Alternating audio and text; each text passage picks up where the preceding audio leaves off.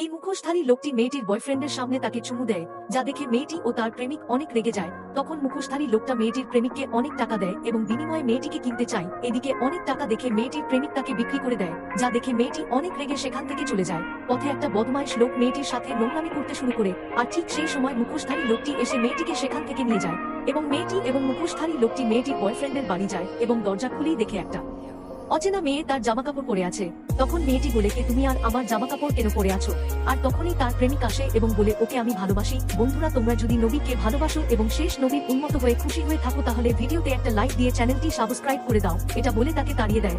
হঠাৎ মেয়েটি দেখে মুখোশধারী লোকটি তার বয়ফ্রেন্ডকে যেই টাকা দিয়েছিল সেগুলো চুরি করে নিয়ে আসে এবং মেয়েটিকে দেয়। তারপর তার সাথে যেতে বলে, কিন্তু মেয়েটি বলে, আমি তো তোমাকে খুব ভালো করে চিনি না, তাহলে তোমাকে কি ভাবে বিশ্বাস করবো?